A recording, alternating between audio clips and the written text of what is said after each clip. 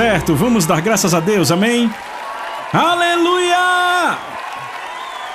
Obrigado, Senhor.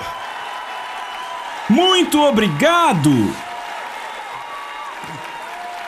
Pai, em nome de Jesus, antes de qualquer coisa, obrigado por ter nos feito filhos. Poderíamos ser escravos e já estaria bom. Mas você nos chama de filhos e filhas em Cristo Jesus. Bem, esta manhã, pedimos, Espírito Santo, que você literalmente invada esse santuário. E que você não só invada esse santuário, mas cada casa, escritório, cada lugar onde se assiste esse vídeo. E eu te peço, Deus, que não só a tua palavra seja declarada, mas que o Espírito do temor do Senhor esteja presente, Pai. Eu te peço que ao fazer isso, porque é nisso que Jesus se deleita, que você revele a Jesus maior do que jamais vimos antes. E ao fazê-lo, que possamos ir de glória em glória em glória, pelo Espírito do Deus vivo, pois eu decreto hoje que o teu reino já veio, que a tua vontade será feita neste lugar como é feita no céu, e por isso te damos a glória, o louvor e a ação de graças. Isso no nome maravilhoso, grande, majestoso, extraordinário, santo e magnífico de Jesus, e todos aqui dizem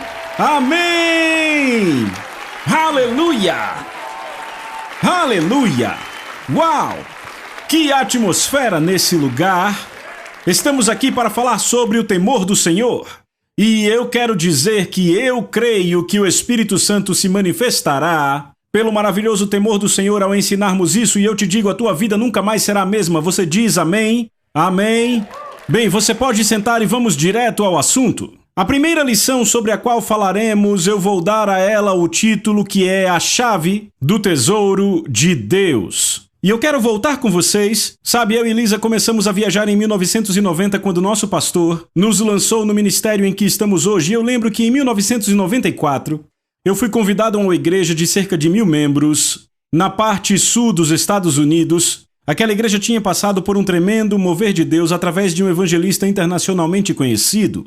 Ele tinha ido àquela igreja e acabaram fazendo 4 semanas de cultos maravilhosos. Pessoas poderosamente tocadas pela presença poderosa de Deus. Havia manifestações de pessoas literalmente ficando bêbadas no espírito. E aquela igreja foi maravilhosamente abençoada por aquele mover. Mas depois de alguns anos, aquela igreja fez o que muitas pessoas acabam fazendo com o tempo, eu diria assim. Ou seja, eles acamparam na manifestação, ao invés de continuarem avançando para Deus, que é o Deus da manifestação, amém? Arranjamos muitos problemas quando buscamos manifestações, certo? Devemos buscar a Deus, manifestações são uma bênção. Bem, eram 3 cultos que eu ia fazer, de fato era sexta à noite, sábado à noite e domingo de manhã. Na segunda noite de cultos, eu realmente senti de pregar sobre o temor do Senhor. Naquele tempo eu de fato não entendia o temor do Senhor. Eu sabia que era um conceito do Novo Testamento, um conceito da Bíblia. Mas sabe, eu estava apenas ensinando porque Deus pôs em meu coração. Bem, no culto seguinte, no terceiro culto, quando eu entrei, eu tomei provavelmente um dos maiores choques que já tomei em 25 anos de ministério. Porque o que aconteceu no terceiro culto foi que o pastor se levantou e 15 minutos antes de me apresentar, ele começou a corrigir o que eu preguei na noite anterior. Ele começou a dizer, não precisamos do temor do Senhor no Novo Testamento. Porque 1 João capítulo 4 diz assim, diz que no amor não existe medo, antes o perfeito amor lança fora o medo, pois o medo produz tormento. E aquele que teme não é aperfeiçoado no amor. E ele citou 1 João 4,18 e outra passagem que diz que somos filhos de Deus. Então naquela manhã eu fiquei devastado, porque imaginem, eu tinha que levantar e pregar depois de ele ter dito o que disse. Então na manhã seguinte me levantei, e eu saí e procurei um lugar remoto e comecei a clamar a Deus. E eu disse, Deus, certamente eu estou errado em alguma coisa, eu fiz algo de errado com a sua igreja, meu coração estava quebrado, e eu comecei a buscar a Deus e disse, Deus, o que eu fiz de errado? Naquela noite, quando preguei sobre o temor do Senhor, o que eu disse de errado? E eu comecei a clamar das profundidades do meu espírito. Eu não me lembro de ter clamado a Deus de forma tão intensa quanto daquela vez, dizendo, Deus, por favor, me corrija, diga o que eu fiz de errado, pois eu sabia que Hebreus 12 diz que Deus castiga aqueles que ama, que quando recebemos a correção do Senhor, percebemos que somos seus filhos. Então eu disse, Deus, me corrija. E o que aconteceu foi que em 30 minutos de oração, de repente eu não senti a presença corretiva do Senhor, eu senti o prazer do Senhor. E de repente eu percebi, ei, peraí, Deus se deleita no temor do Senhor. E eu me lembro que naquela manhã, um clamor se levantou do meu coração, eu literalmente gritei, mas subiu daqui de baixo. Eu disse, eu quero conhecer o temor do Senhor. E naquele momento, Deus começou a me revelar o temor do Senhor. Sabe, eu sempre soube que o amor de Deus é uma fundação para a nossa caminhada cristã. No entanto, o que eu não percebi até ter gritado naquela manhã era que o temor do Senhor também era uma fundação para a nossa caminhada com Deus. O livro de Isaías, capítulo 33, versos 5 e 6, na Nova Versão Internacional, o Senhor será a firme fundação nos teus tempos, um rico tesouro. Ele diz um rico tesouro, veja, um rico tesouro de salvação, sabedoria e conhecimento. O temor do Senhor é a chave para este tesouro. Uau, que passagem! Primeiro, você pode ver que o que mantém o Senhor como uma fundação em nossa vida é o temor do Senhor. É isso que Isaías está dizendo no capítulo 33. O que mantém Jesus, o que mantém o Senhor como nosso Senhor é a fundação do temor do Senhor. Por que uma fundação é tão importante? Deixa eu dizer. Você pode construir uma casa e sabe, pode ser grande, uma casa majestosa com o melhor mármore e as mais belas janelas. Você pode ter o melhor, sabe, de tudo naquela casa, mas se ela não for construída sobre uma fundação sólida, quando uma tempestade forte vier, aquela casa cairá e grande será a sua queda. Mas você pode ter uma casinha bem modesta e ela ser construída sobre uma fundação sólida, uma fundação feita de rocha. E eu digo a você, o maior furacão pode vir e veja bem, se construída sobre aquela rocha, ela não vai cair. Então, a fundação é muito importante, não importa o quanto a sua vida cristã é legal, nem o quão efetiva é a sua vida cristã, se você não tem a fundação, quanto maior a casa, maior a queda, Jesus diz, vocês estão comigo? A fundação é o temor do Senhor. Você pode dizer amém? Agora, outra coisa que Isaías diz nesse versículo é que a chave, deixa eu dizer assim, Deus tem um armazém. Isso realmente chamou minha atenção 10 anos atrás quando eu vi isso. Deus literalmente tem um armazém. E ele tem uma chave para o armazém. E sabe qual é a chave? O temor do Senhor. O que está neste armazém? Isaías diz que a primeira coisa que esse armazém contém é salvação. Repitam, salvação. Eu vou declarar isso aqui. Ninguém pode ser salvo a não ser que tenham o temor do Senhor habitando dentro de si. Sabe, eu acho que um bom exemplo disso seria quando Deus veio para destruir Sodoma e Gomorra. Abraão tinha orado e disse, Deus, se houver algum justo lá, por favor, livre-os. E não havia nem 10, mas Deus ouviu a oração de Abraão e enviou 2 anjos de misericórdia para libertar Ló, sua esposa e família, lembram? Os anjos vieram e os homens daquela cidade eram tão carnais que queriam conhecer aqueles anjos sexualmente. E então Ló os estava assustando da porta e de repente aqueles anjos atingiram os homens. Que milagre impressionante, não é? E então o anjo disse, você pega a sua família e você sai daqui rápido, certo? Ló vai imediatamente com a sua esposa, suas filhas e os noivos das suas filhas, seus futuros genros. E quando ele conta a eles o que Deus está prestes a fazer, veja o que a Bíblia diz em Gênesis 19:14. Então Ló foi falar com seus genros, os quais iam casar-se com suas filhas, e lhes disse, corram e saiam daqui, o Senhor vai destruir a cidade. Agora vejam isso. Mas eles acharam que ele estava brincando e riram dele.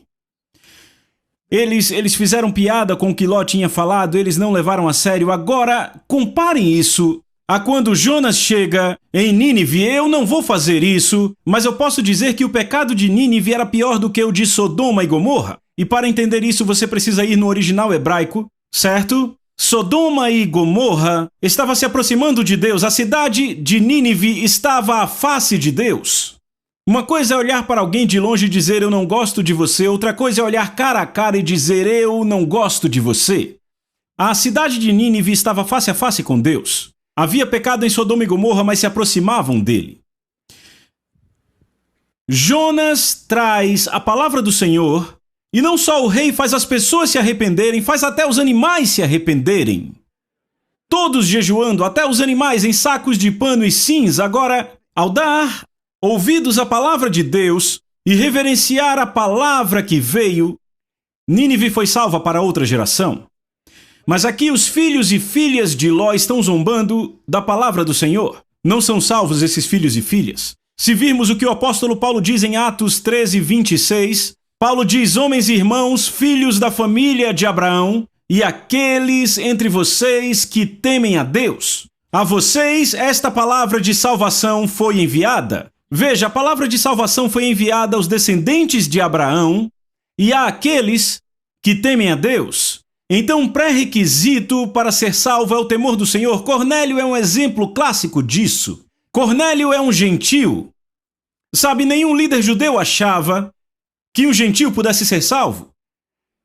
Mas sabe o que a Bíblia diz sobre Cornélio, este soldado romano? Diz em Atos 10, 1 e 2, havia um certo homem em Cesareia, chamado Cornélio, um centurião do que era chamado regimento italiano, um homem devoto e alguém que temia a Deus com toda a sua casa. Deus literalmente envia um anjo àquele homem, porque ninguém do povo judeu queria nada com ele. E Deus diz: procure esse cara chamado Pedro. Então Cornélio imediatamente manda buscar a Pedro. Pedro vem e nem mesmo Pedro acreditava que Deus queria esse cara salvo, porque ele era um gentio. Mas Pedro não fala nem 4 parágrafos da sua mensagem e o Espírito de Deus vem sobre Cornélio e sobre toda a sua casa. Por quê? Porque eles temiam a Deus e àqueles que temem a Deus foi enviada a mensagem da salvação. Você diz amém?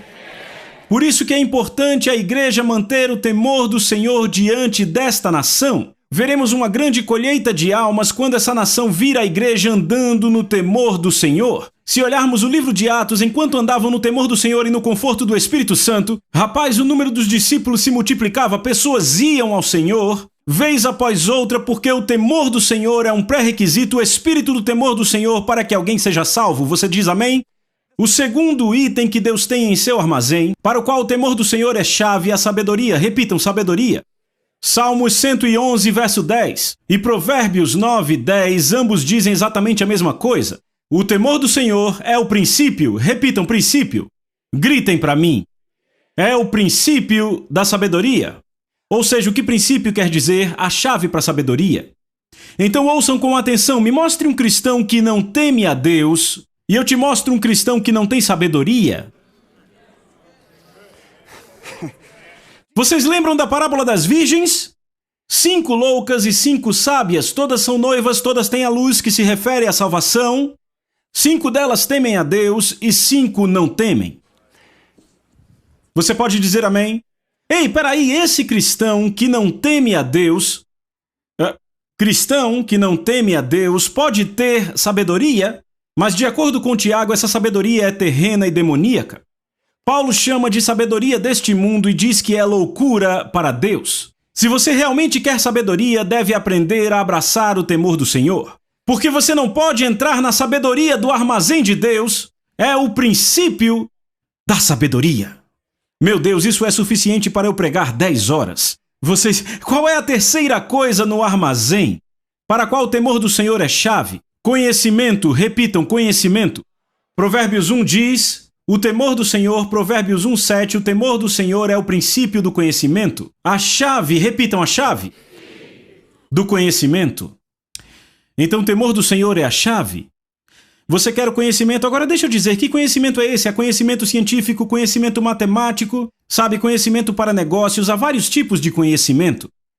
E o temor do Senhor é o princípio para que tipo de conhecimento? Ele é a chave para que tipo de conhecimento? A resposta está em Provérbios 2, verso 5, que diz: então entenderás o temor do Senhor e encontrarás o conhecimento de Deus. O que quer dizer o conhecimento de Deus? Conhecer a Deus intimamente. Número 2, você conhecerá como Deus conhece. Você terá a mente de Cristo. Então o temor do Senhor é a chave para ter a mente de Cristo. O temor do Senhor é a chave para conhecer o que Deus quer e a forma como Ele vê as coisas. Estão comigo? Sabe, há a visão pelos olhos de um pássaro e a visão pelos olhos de Deus. Quando você teme a Deus, recebe a visão de Deus. Esse é um bom lugar para gritar e dizer amém.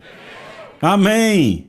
Então, voltando àquela igreja daquele pastor que me corrigiu, a base da correção dele Foi 1 João 4,18, ele fez todos lerem isso, ele citou outras, mas esta foi a principal. No amor não existe medo, antes o amor lança fora todo medo, o medo produz tormento, logo aquele que teme não é aperfeiçoado no amor.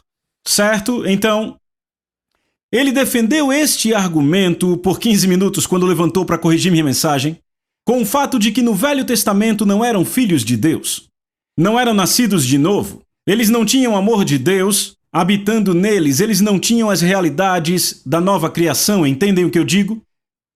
Estava totalmente certo o que ele dizia. O Velho Testamento declara que os santos, seus corações, seus espíritos são totalmente regenerados. Como crentes do Novo Testamento, somos nascidos de novo, nos tornamos filhos de Deus e temos o seu amor habitando dentro de nós. Mas baseado no texto de Isaías, o que ele fez foi confundir um espírito de temor, ter medo de Deus, com o temor do Senhor. Estão comigo? Agora a pergunta que temos que responder é: ele estava certo? O temor do Senhor só está no ensino do Velho Testamento? Isto se aplica aos crentes do Novo Testamento? Então, depois de sair e clamar ao Senhor, eu disse, ok, deixa eu começar a ver o que Deus fala sobre temor no Novo Testamento. É isso que eu quero, esse é o princípio da sabedoria, certo? Então eu vi o que Jesus disse em Lucas 12, versos 4 e 5. Jesus disse, digo-vos, pois, meus amigos, não temais os que matam o corpo e depois disso nada mais podem fazer. Está falando da humanidade. Eu, porém, vos mostrarei a quem deveis temer. Temam a Deus, que depois de matar o corpo, tem poder de lançar no inferno. Eu digo, temam a Ele. Isso é Jesus falando e alguém diz, mas ele estava falando aos crentes do Velho Testamento. Não eram nascidos de novo. Realmente é um bom ponto, mas essa ideia eu não compro. Então vamos para as epístolas. O apóstolo Pedro escreve em 1 Pedro 2,17, tratai todos com honra, amai os irmãos, temei a Deus, honrai o rei. Então Pedro diz para temer a Deus. Não é interessante que temor e honra andem tão juntos, inclusive perto do amor? E vocês verão nestas sessões que de verdade vocês não podem amar a Deus até que o temam, porque o temor do Senhor é o princípio de conhecê-lo intimamente. Como você pode amar alguém a quem não conhece? Eu conheço muita gente que ama atores e atrizes, eles amam atletas, sabe essas grandes estrelas que são levantadas? Mas sabe, eu aposto que se encontrá-los na rua, eles não vão receber nenhum aceno de reconhecimento. E eles podem amar alguma coisa sobre alguém que de fato eles não conhecem. Então vejam, o amor de Deus e o temor do Senhor estão tão próximos de acordo com Pedro, e também a honra. E alguém diz, mas John, talvez Pedro esteja usando apenas um clichê quando diz para temer a Deus, tipo, como se fala na Bíblia, usando um termo do Velho Testamento, mas de fato quer dizer algo mais ou menos como respeitar a Deus, sabe, essas coisas. Bem, vamos avançar mais um pouco. Se vocês forem para o que Pedro diz, em 1 Pedro capítulo 1, versos 14 e 17, Pedro diz como filhos da obediência, repitam, filhos.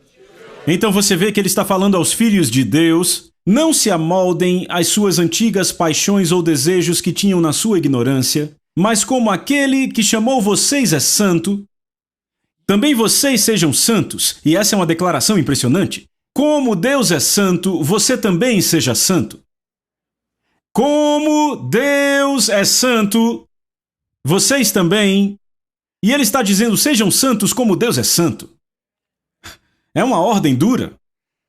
Em toda a sua conduta, porque está escrito, sejam santos porque eu sou santo. E se vocês invocam ao Pai, ele está falando a filhos aqui, que sem parcialidade julga de acordo com a obra de cada um, portem-se durante o tempo da vossa peregrinação com temor. Uau! É uma declaração muito forte. Agora notem que ele faz o par do temor do Senhor aqui com a santidade. O apóstolo Paulo faz a mesma coisa em 2 Coríntios capítulo 7. Vejam o que o apóstolo Paulo diz à igreja de Corinto.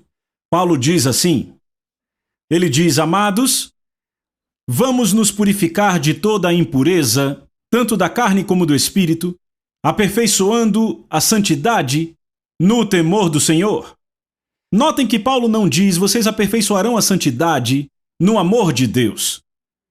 Ele diz, a santidade é amadurecida no temor do Senhor. É um bom lugar para dizer amém? Deixa eu contar como eu aprendi isso. Lá em 1994, havia um televangelista muito famoso que estava na prisão. Ele passou 5 anos na prisão, se chamava Jim Bakker, muitos jovens não o conhecem aqui. Jim Bakker era o dono da maior rede cristã de televisão do mundo inteiro, mas ele foi pego em fraude, adultério, e esta fraude que ele cometeu, o governo o processou e ele foi lançado na prisão por 5 anos. No primeiro ano da sua sentença de prisão em Minnesota, ele disse: John, Jesus literalmente entrou na minha cela e me libertou. E eu lembro que eu tinha escrito um livro chamado Vitória no Deserto e o Jim pediu, ele leu o livro de capa a capa e pediu à sua secretária que ligasse para a minha secretária para eu poder visitá-lo na prisão. E eu disse: é claro que eu vou, e Lisa e eu fomos, eram apenas 4 horas de viagem. Naquela época nós vivíamos na Flórida. E eu lembro quando eu entrei naquela cela de prisão, aquele homem me abraçou e me segurou e ele não queria soltar, ele não me soltava. E finalmente ele me empurrou e disse: você escreveu esse livro? Ou você comprou a ideia? Eu disse: não, eu já passei pelo deserto, não o deserto que você está enfrentando, mas já passei. Ele disse: John, temos muito o que conversar. E eu lembro que sentamos e conversamos por 1h30, eu queria ter 24 horas. Uma das primeiras coisas que ele disse foi: John, essa prisão não foi o juízo de Deus sobre a minha vida, mas sua misericórdia. Eu olhei para ele e disse: o quê? Ele disse: porque se eu continuasse levando a vida que eu levava, eu iria para o inferno. Ele disse: Deus teve misericórdia de mim. E ele começou a chorar. E obviamente eu disse: ok, eu estou na presença de um homem de Deus. Aquele homem estava tão quebrado, tão humilhado. E eu lembro que depois de falarmos um pouco, na verdade depois de ele falar, eu tive vontade de fazer perguntas, e a primeira pergunta que eu fiz ao Jim foi: Jim, quando você saiu do amor de Jesus? Quando você parou de amar a Jesus? Foi quando você caiu em adultério com aquela mulher 7 anos antes de vir parar na prisão? Foi a coisa da fraude? Quando exatamente foi? Porque eu lembro que ele era muito afogueado com Deus nos primeiros anos. Ele olhou para mim e disse: John, não aconteceu? Eu disse: como assim? Ele disse: eu não deixei de amar Jesus, eu amei durante todo o processo. E então ele viu aquele susto enorme no meu rosto. Eu disse: como assim? Ele disse: John, eu amava Jesus, mas não temia a Deus. E ele disse: há milhões de cristãos por aí que amam a Jesus, mas não temem a Deus. E é o temor do Senhor que aperfeiçoa a santidade em nossas vidas. E a Bíblia ainda diz que sem santidade ninguém verá o Senhor. Estão comigo? O que Moisés clamou para ter: deixe-me ver a sua face, ninguém terá este privilégio. Sem santidade, e a santidade é trabalhada em nossas vidas de acordo com Paulo, não pelo amor de Deus, mas através do temor do Senhor. Vocês ainda estão comigo? Então eu quero voltar e olhar ao texto base para o temor do Senhor, 2 Coríntios capítulo 7. Todos os textos que eu citei aqui, eles usam a palavra grega phobos. O dicionário de Strong define a palavra como alarme, medo exagerado e terror. Alarme, medo exagerado e temor. Tyas define como medo, pavor, aquilo que traz terror e também que fala de reverência e respeito. Então vocês veem que é um pouco mais do que adoração e também um pouco mais do que respeito. Mas não vamos parar por aqui, vamos ver o que o apóstolo Paulo diz em Filipenses capítulo 2, verso 12. Paulo diz: desta forma, meus amados, como vocês sempre obedeceram, não apenas na minha presença, mas também agora na minha ausência, desenvolvei a vossa salvação com temor e tremor. A palavra tremor vem da palavra grega tromos. E tanto Strongs quanto Tyas definem exatamente da mesma forma. Um tremor, chacoalhar com medo. Então você vê que quando Paulo diz para desenvolver a salvação com temor e tremor, há um pouco mais aí que apenas respeito ou adoração. Existe um elemento de reverência santa e tremor no temor do Senhor, e eu falarei disso. Hebreus 12, 28 diz: uma vez que estamos recebendo um reino que não pode ser abalado, retenhamos então a graça pela qual servimos a Deus aceitavelmente. Como servimos a Deus aceitavelmente? Com reverência e temor santo. Se temor é apenas reverência e respeito, por que o escritor diz reverência e temor santo? Há mais no temor do Senhor que apenas reverência e respeito. Estão comigo? Certo, eu estou deixando a Bíblia falar com vocês agora. Quando eu fui corrigido, eu me aproximei de Deus pela palavra, porque eu sei que a Bíblia diz que toda a Escritura é inspirada por Deus e proveitosa para correção, repreensão e instrução, certo? Então eu fui para a palavra. Eu cavei fundo quando aquele homem me corrigiu, entendem? Vocês estão entendendo? Então, o que aconteceu com aquela igreja? Bem, dentro de 2 ou 3 anos, agora entendam isso, a igreja tinha 1.000 membros, numa comunidade de cerca de 60.000 pessoas, era uma mega igreja. Dentro de alguns anos, aquela igreja não existia mais. O pastor voltou para a construção civil. Sabe o que é triste? A Bíblia diz assim, em Salmos 19, diz: o temor do Senhor é límpido e permanece para sempre. Agora essa é uma passagem que vocês vão ouvir muito aqui, Salmos 19, 9, o temor do Senhor é límpido e permanece para sempre. Por que essa igreja não permaneceu? Porque não tinha o temor do Senhor. Amavam a Deus, assim como Jim Baker amava a Deus, mas não tinham o temor do Senhor. Vocês verão que Deus se revela no Novo Testamento como Abba, Papai, mas ele também se revela como fogo consumidor. Sirvamos a Deus de forma agradável, pois ele é fogo consumidor. Ele também é referido como juiz de toda a carne, e falaremos disso nas próximas sessões. Jesus fala várias e várias vezes sobre permanecer até o fim. O temor do Senhor é límpido e permanece para sempre. É isso que a igreja precisa, permanecer no poder, porque 2 Tessalonicenses 2 diz que nos últimos dias da igreja, perto da volta de Jesus, haverá uma apostasia, que significa abandonar a fé em muitas pessoas. A Bíblia fala disso. O que impedirá as pessoas de abandonarem? Falaremos disso na próxima lição em profundidade sobre o temor do Senhor. Porque o temor do Senhor é a chave para a sabedoria, e aqueles que perseveram como aquelas virgens, todas tinham luz, o que se refere a serem salvas, mas 5 eram loucas. Metade não temia ao Senhor, metade temia. Estão comigo? O que eu quero fazer agora nos momentos finais da sessão, e eu realmente luto contra isso, eu quero definir o temor do Senhor.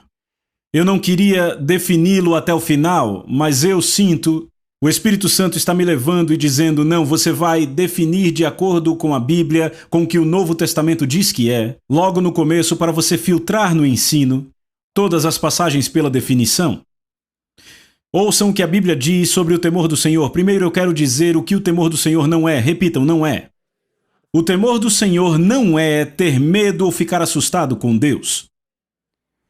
Como você pode ter uma relação de intimidade com Deus se você tem medo dele?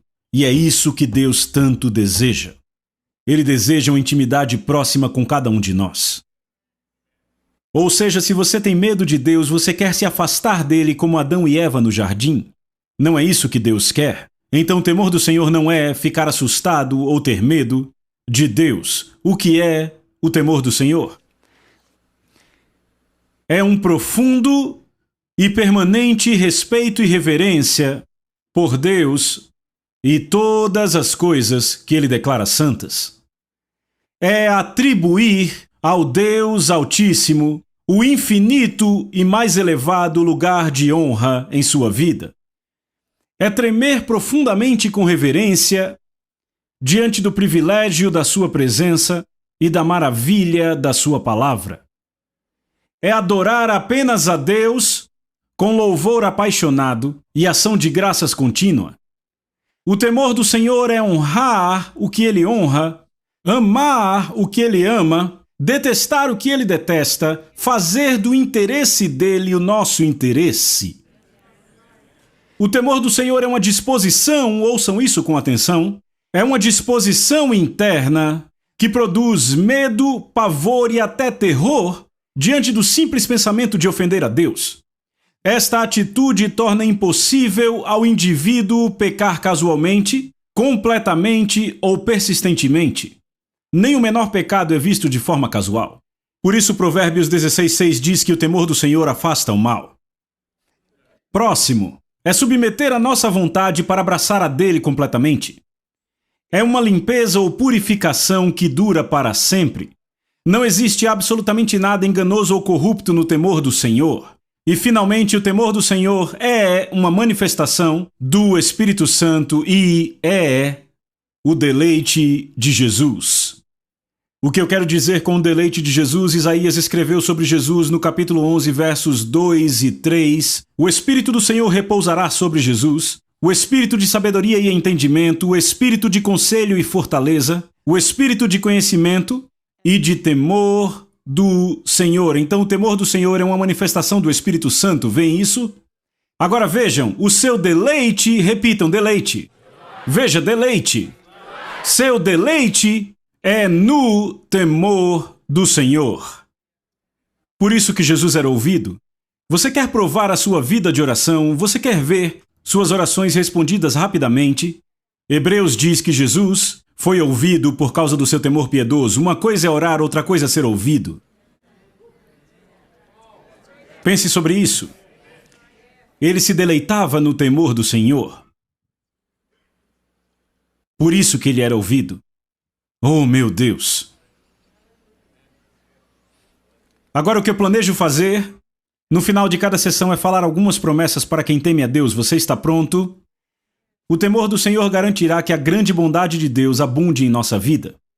Salmos 31:19 diz: Oh, quão grande é a sua bondade, que você reservou aos que te temem e que você preparou para aqueles que confiam em você na presença dos filhos dos homens. Se você temer a Deus, lhe é prometida grande bondade. Ele promete proteção angelical. O anjo do Senhor acampa-se ao redor dos que o temem e os livra. Que promessa! O anjo do Senhor acampa-se ao redor dos que o temem. Essa é a que eu mais gosto. Salmos 111, verso 10 na Bíblia, a mensagem. A boa vida, repitam, a boa vida. Você vai ouvir isso várias vezes. A boa vida começa no temor a Deus. Você quer a boa vida? Abrace o temor do Senhor. Faça isso e você conhecerá a bênção de Deus. Vejo vocês na próxima.